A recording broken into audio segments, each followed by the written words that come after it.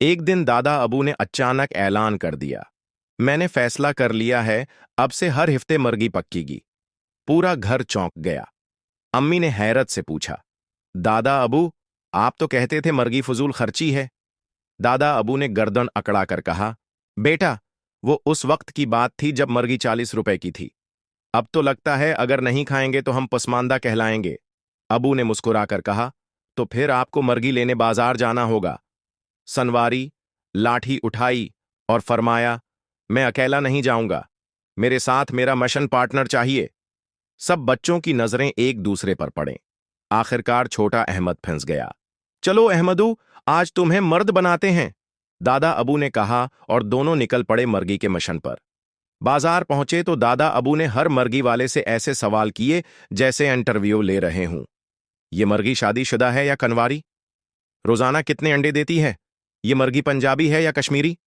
अहमद शर्म से जमीन में गड़ गया और मर्गी वाला हंसी रोक न सका। आखिरकार एक मर्गी पसंद आई। दादा अबू ने कहा, यही ठीक लगती है, जरा बावकार है, आंखों में चमक है। मर्गी वाले ने हिनसते हुए कहा, दादाजी, ये तो मर्गा है। दादा अबू ने घूर कर देखा, इसीलिए तो बावकार लग रहा था। अगर आपको ये मजाहिया अंदाज पसंद आया तो मैं यही कहानी मजीद बढ़ा सकता हूं, मुख्तलिफ इकसात में। दादा अबू की मुर्गी पालने की कोशिश, मुर्गी का फिरार और मोहल्ले में धमा चौकड़ी। दादा अबू की मुर्गी से दूसती, फीमली की साजिश, मुर्गी से जान छुड़ाने की। दादा अबू का मुर्गी छोड़कर मछली पालने का फैसला किया है। दादा अबू का अनोखा ऐलान। घर में सब कुछ मामूल के मुताबिक चल रहा था। अम्मी दुपट्टा सर पर जमाए आलो छील रही थीं। अबू अखबार में घुसे बैठे थे। बच्चे कार्टून देख रहे थे और तभी दादा अबू ने ऐसा ऐलान कर दिया कि पूरे घर में जैसे जलजला आ गया। सुन लो सब, आज से हर हफ्ते मर्गी पकीगी और वो भी सिर्फ मेरी मर्जी की। अम्मी के हाथ से आलू का छलका फिसल गया। अबू जी, आपने तो कल ही कहा था कि गोशत से कोलेस्ट्रोल बढ़ता है। दादा अबू ने चश्मा नाक पर ठीक करते हुए फलसफियाना अंदाज में कहा, कुल की बात अलग थी, आज का साइंस कुछ और कहता है। अबू ने हंसते हुए पूछा, तो आप अब साइंसदान बन गए हैं?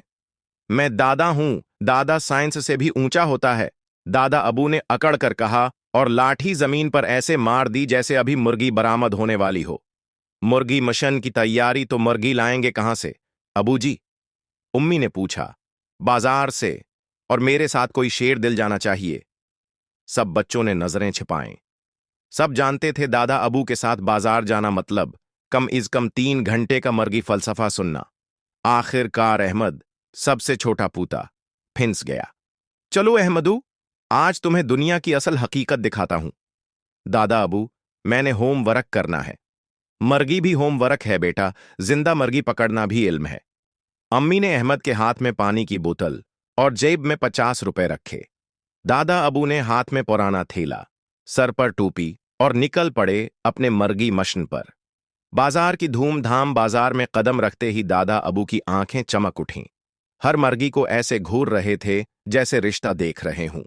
ये देखो अहमदू, इस मर्गी की चाल देखो, पीछे पीछे नाच रही है, उसके जज्बात गैर मुतवाजन हैं। अहमद ने आहिस्ता से कहा, दादा अबू, वो मर्गी नहीं, मर्गा है, तभी तो नाच रहा है। दादा अबू हंसे। एक मर्गी वाले से सवालात शुरू हुए, ये मर्गी रोजा रखती है? मर्गी वाला चौंक गया। कुक, क्या मतलब? मेरा मतलब है कम खाती है, ज्यादा खर्चा तो नहीं? दूसरा सवाल, ये मर्गी है, कोका कोला पियती है या पानी से गुजारा करती है? तीसरा सवाल, मर्गी का मजहब क्या है, कहीं बदअकीदा तो नहीं? अब तो मर्गी वाला भी हंसने लगा। दादाजी, ये मर्गियां स्कूल नहीं जाते, बस दाना चगती हैं। गलती से मर्गा खरीद लिया। आखिरकार एक सफीद चमचमाती मर्गी पसंद आई। दादा अबू ने कायल होकर कहा, यही ले लेते हैं, बड़ी शरीफ लग रही है। मर्गी वाले ने कहा, दादाजी, ये मर्गा है, इसीलिए तो शरीफ लग रहा है। दादा अबू ने मजे से मर्गी यानी मर्गा खरीदा और दोनों घर रवाना हो गए। रास्ते में दादा अबू मर्गी से बातें करने लगे।